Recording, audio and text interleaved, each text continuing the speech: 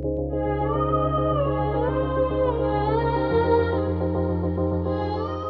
everyone, we're moving through an awesome series called Start the Party. In it, we're talking about the promise Jesus made about getting the most out of life. Of course, we're not talking about a literal party. When we say party, we mean any effort to celebrate, serve, or enjoy being with others in a way that adds value to life. Being a party starter means being someone who makes space for that to happen however they can. This week, we're going to talk about one specific way we can all choose to be party starters. But before we do, let me ask you a question. Have you ever needed a rescue? Have you ever found yourself in a situation where you needed someone to step in and help out? I have a story that comes to my mind. One of my favorite things to do during my high school and college years was work at a summer camp for kids that traveled all over the country. We got to do a ton of super fun things, but one of our daily responsibilities was to entertain a group of 20 to 25 elementary-aged kids for an hour a day. This specific year was my junior year of high school, and I decided to entertain the kids by taking them around the camp with a camera to film funny clips of what we do every day at camp. We were outside together having a great time when all of a sudden, out of literally nowhere, I fell to the ground with a serious knee injury. In that moment, I was so scared and in a ton of pain. All I could think about was how I was going to make sure all these 20-ish kids were still going to be taken care of, and also how I was going to find the nearest hospital immediately. It was a few minutes before someone came outside to help. I was in desperate need of that help. I'm in a ton of pain, and I was feeling super embarrassed. I really can't remember what I did while I was trying to control the situation, but in that moment, all I knew is that I needed a rescue badly. We all need a little help from time to time, don't we? I mean, everybody does. One glance at what's happening in the world around us shows us that. There are some serious things going on around us all the time. It feels like everywhere we look, someone's struggling or in trouble or needs help. War and hunger, poverty, racism, injustice, hate speech, bullying, depression. People are facing some really heavy realities each and every day. But even though that's sad, there's something that's true about all of you. You care. It's one of the things I love about our generation. Probably more than any generation before us, we're aware of the needs in the world around us. You see the wrong in the world, you read about it, you speak up about it, you post about it, and you support the cause in your own way. That's an incredible way to be a party starter. But sometimes, all that need in the world can be really overwhelming. With so much access to what's happening in not just your world, but in the whole world, it feels really easy to be worn out by the pain around us. Maybe you see it all and you aren't really sure what to do to help. Or maybe you've made an effort to do something, but you got discouraged when you didn't see a result. Maybe you chose to move on and hope that someone else would step up and help. Or maybe you feel so many feelings about so many wrongs in the world that you just have to look away so that you don't get completely overwhelmed or anxious. This can be super challenging for all of us, because as party starters, we're called not to just live the full life that Jesus has promised, but to also help others do the same. But with so many hurts happening in the world, can we really make a difference big enough to make a change? During his life on earth, Jesus often taught people what it looks like to practically be a party starter. He really wanted people to experience a full life. A lot of times he used parables or stories to make sure the people listening really got it. Today, we're going to dive into one of those parables that I think can help us figure out how to step in and offer help when we see a need. Before we get to the story, let me set the scene. Jesus was asked by a religious leader at the time what it was going to take to follow him and live the full life God promised. Now, here's the thing. This guy wasn't asking because he really wanted to know. He was asking to try to trap Jesus. You see, the religious leaders knew the religious rules and regulations inside and out. And because of that, they had an idea of what they thought Jesus would say. But in the ultimate plot twist, Jesus didn't answer the way they expected. He answered their question with his own question. Take a look. Jesus replied, "What does the law of Moses say? How do you read it?" The man answered, "You must love the Lord your God with all your heart, all your soul, all your strength, and all your mind, and love your neighbor as yourself."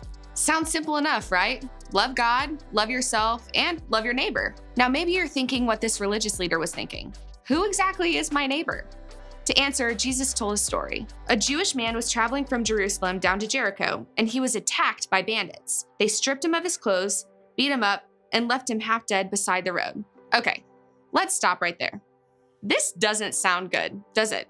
Just a guy walking down a frequently traveled road when he was attacked, robbed, and left for dead. You'd think that the first person who walked by would step up and help, but they didn't. Jesus goes on to say that a Jewish priest saw this wounded traveler and kept walking. A Levite, a man who was also a spiritual leader in ancient Jewish society, came by this guy next, and he kept walking too. At that point, this guy probably felt like help was most definitely not on the way. But then something incredible happens. Then a despised Samaritan came along, and when he saw the man, he felt compassion for him. So, let's break it down character by character. The Samaritan uses his power to take care of the person who no one expects him to take care of. Now, Jesus uses his power to elevate the voice and the dignity of the Samaritan. Jesus is challenging the prejudiced religious. And the religious leaders, they're known for using their power to abuse, ignore, or let other people down.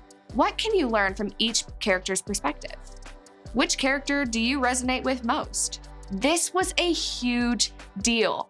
Back then, Samaritans were considered to be the lowest of people by others. They were disliked, overlooked, and left out by a lot of groups at the time, including the religious leaders Jesus was telling the story to. But instead of letting them see the Samaritan as the villain, Jesus made the Samaritan the hero. The Samaritan didn't just see this Jewish man wounded on the side of the road and walk by. The Samaritan didn't choose to do nothing because of the differences between their two groups. Instead, he felt compassion for the man, and that compassion motivated him to act.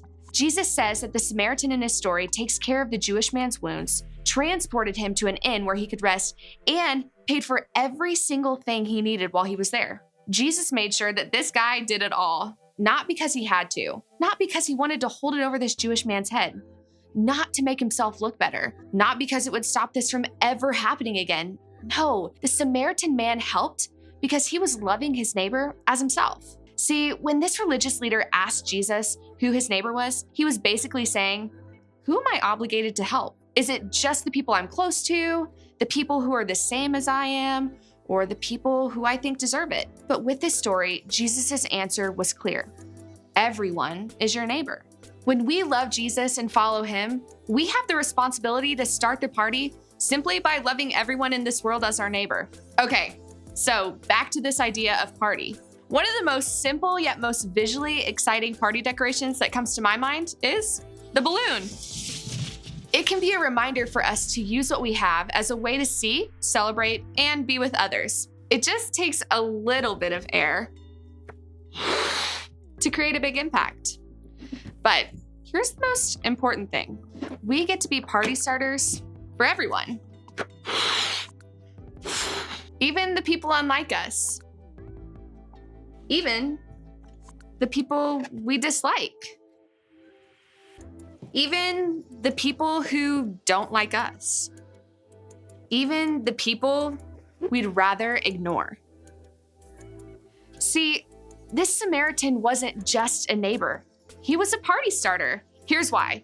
A party starter uses what they have for the good of others. Does that mean that you have to help every single person in the world? That you have to support every cause, respond to every hurt, and show up to help every single time there's a need? No, you can't. I mean, it's just not possible. But as a party starter, you can choose to do what you can when you can to help your neighbor in need. Maybe it's sharing your lunch with someone at school who never has enough.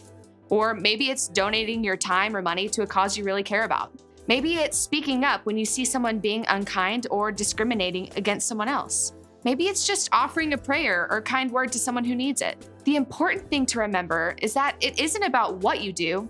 It's about choosing to see the need and being moved by compassion to meet it. It's about letting God's Spirit lead you to love your neighbor as yourself, because a party starter uses what they have for the good of others. The good news is you have what it takes to be a party starter right now. With God, you have all you need to love your neighbor. So, to start, ask yourself a few questions. First, who is my neighbor? In other words, who are the people I encounter on a regular basis? In my home, in my neighborhood, in my school, maybe even on my social media feed. Who can I see as my neighbor? Next, ask, what do they need? Where are they hurting or struggling or just in need of a little help? Then ask, what do I have? What resources or influence, relationships or talents do you have that you can leverage for the good of others? Once you've asked yourself all of these questions, ask yourself this: how can I use what I have? Here's an even simpler way to think about this. I'd love for you to type this prayer in the Notes app of your phone and start praying it this summer. God, please open my eyes to see the needs around me and show me what I can do to help. Help me to love my neighbor as myself. If you don't have a Notes app, just write it down somewhere. Remember, this was Jesus' answer to the question, what is the greatest commandment? It's a pretty big deal. I know some of you might be thinking, be a neighbor? I couldn't possibly do that. I'm struggling so much that I need someone to be a neighbor to me. If that's you, I want you to know that that's okay. That's going to be all of us from time to time. The good news is that in your small group, you're surrounded by people who want to be a neighbor to you. You have great leaders and a great group of people who are willing to start the party in your life by helping you through what you're going through right now. So I hope you'll consider opening up to them today. Remember, a party starter uses what they have for the good of others. Like we said, the needs around us can be overwhelming, and we aren't made to meet all the needs we see on our own. So let's start by asking, who's my neighbor? What do they need? What can I do? After that, it's simply time for you to start the party. When you head to small group, think about this question. What is one need I see around me right now?